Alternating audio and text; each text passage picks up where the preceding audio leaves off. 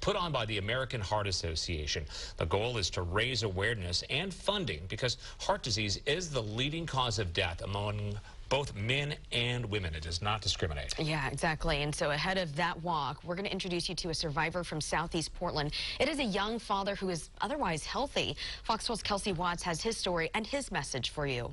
Was it one of your pumpkins? These are the moments to live for. And for Scott Cummings, they're moments he doesn't take for granted.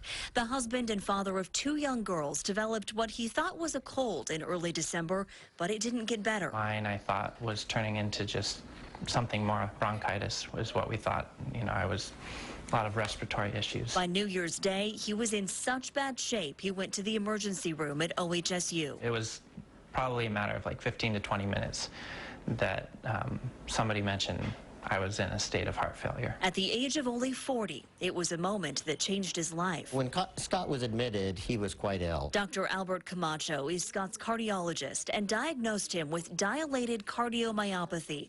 Scott didn't leave the hospital for nearly a month. Normal heart function is 65% ejection fraction. Heart failure is 45% and below, and I was around 10%. He had surgery to correct a rhythm abnormality, started new medication, wore an external defibrillator, and spent 3 months in cardiac rehab classes.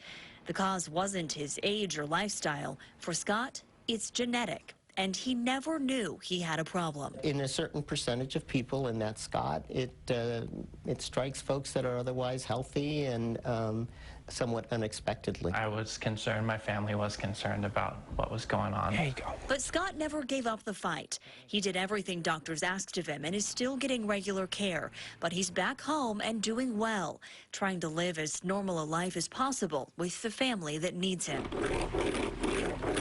Wow. In sharing his story, Scott also wants to share this message. If you're sick, don't wait to get it checked out. Regardless of the reasons that hold you back, it's better to go to the doctor. Your doctor's an excellent advocate for your care, but you're your best advocate. So true. Hey, know that Scott is going to be one of the many people at this year's Heart and Stroke Walk happening in downtown Portland. It is taking place this Saturday. It starts at 9 a.m. at Tom McCall Waterfront Park.